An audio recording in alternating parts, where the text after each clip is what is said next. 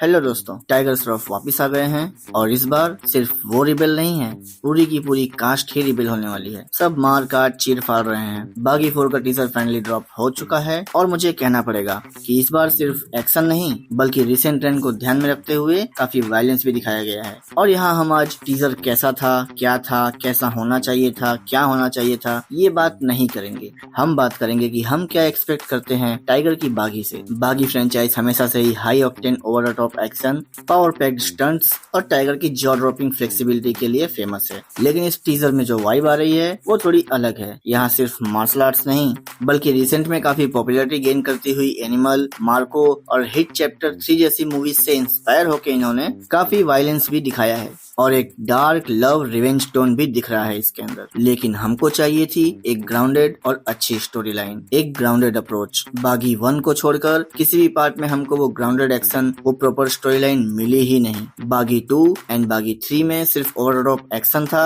जिसको हम जस्टिफाई नहीं कर सकते, और वो भी कॉपी, जिसमें दोनों मूवीज कॉपी थी साउथ की 2 पॉपुलर मूवीज से। जो थोड़ी बहुत ठीक ठाक स्टोरी लाइन थी भी तो बागी पार्ट 1 में थी। बागी 2 एंड 3 में तो लीड एक्टर को सुपर हीरो वाली पावर्स दे दी गई थी, जिसमें वो पूरी की पूरी आर्मी को ही सिंगल हैंडेडली निपटा देता है और आतंकवादियों की पूरी आर्मी को उनके ही बेस में जाके अकेला ही इंसान मार देता है। अब इस लेवल की स्टोरी टेलिंग को जस्टिफाई कैसे करेंगे हम, जब हम किसी को कहेंगे कि हमने बहुत अच्छी मूवी देखी जिसमें एक निहत्था इंसान हेलीकॉप्टर की मशीन गन के कंटिन्यूअस फायरिंग को 10 मीटर की रेंज से डॉज करके निकल गया, तो बकलोल नहीं कहेगा वो हमको। हाँ, माना कि मूवी आफ्टर ऑल एक फिक्शन ही होती है। जो भी जितना भी कुछ मूवी में दिखाया जाता है वो कभी सच नहीं हो सकता, वैसा रियल में होना नियर टू इम्पॉसिबल होता है। लेकिन हम मूवी को काफी हद तक पॉसिबल लगे, जस्टिफिकेबल लगे वैसी बना सकते हैं। काफी रियलिस्टिक अप्रोच देने की कोशिश करते हैं मूवी को। माना हमारे पास उतना बजट नहीं है, लेकिन इतना भी कम नहीं है कि फेक लगने लगे। यहाँ तो आपने एक नॉर्मल से इंसान को चलता फिरता टर्मिनेटर बना दिया है। आप बागी 4 के टीजर की ही बात कर लो तो ब्लड स्प्लैशेस ऐसे उड़ रहे हैं जैसे टीवी सीरियल्स में उड़ते हैं। इवन अब तो टीवी सीरियल्स में भी रियल दिखाने लग गए हैं। इतना वीएफएक्स डालने की क्या जरूरत थी? इतनी ही जल्दी थी टीजर रिलीज करने की तो थोड़ा उसको रिफाइन कर लेते। हाँ, अगर आपको किसी इंसान को पावरफुल दिखाना है उसके पीछे कोई एक जस्टिफाइंग रीजन दीजिए। उस कैरेक्टर को ऐसा बिल्डअप दो कि जो आप दिखा रहे हो उसको इस सच मानने पर मजबूर हो जाए पब्लिक कि हाँ, दिस इज पॉसिबल। आप कह सकें कि जो हम दिखा रहे हैं उसको हमने प्रूव किया है आपके सामने। जो हम बताना चाह रहे हैं वो पॉसिबल है एट सम एक्सटेंट। बट आप एकदम से ही आउट ऑफ द बॉक्स जाके कुछ ऐसा दिखा दोगे तो पब्लिक कंफ्यूज हो ही जाएगी और स्टोरी से भटक जाएगी।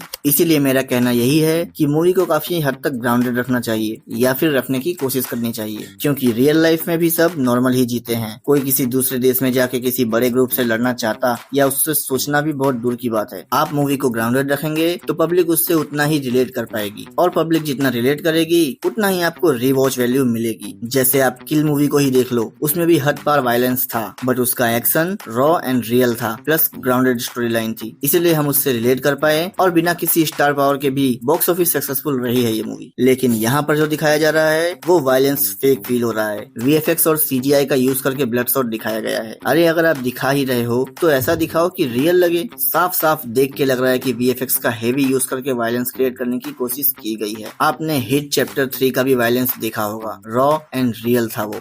बट ठीक है, ये भी टीजर है तो आई थिंक पोस्ट प्रोडक्शन में ट्रेलर से लेके मूवी तक शायद छोटी मोटी गलतियों को सुधारा जा सकता है। बाकी ओवरऑल मैं यही कहना चाहूंगा कि मूवीज बनाओ, उसमें एक्शन दिखाओ, वायलेंस दिखाओ, आपको जो भी आउट ऑफ द बॉक्स करना है करो, लेकिन उन सब में एक कन्विक्शन होना चाहिए, एक रियलनेस की फील होनी चाहिए, नियर टू इम्पॉसिबल होना चाहिए, नेक्स्ट टू इम्पॉसिबल नहीं। ठीक है, तो बागी 4 के टीजर का रिव्यू तो मैं वैसे भी करने नहीं आया था, जो था बस यही था, clear and cut message to director and writer. तो दोस्तों, क्या आप मेरी बातों से एग्री करते हो? अगर हाँ तो कमेंट्स में बताओ। वीडियो पसंद आए तो लाइक करो और मूवी अपडेट्स के लिए चैनल को सब्सक्राइब करो। मिलते हैं नेक्स्ट वीडियो में, तब तक के लिए बी फिल्मी, बी सपोर्टिव एंड जय हिंद।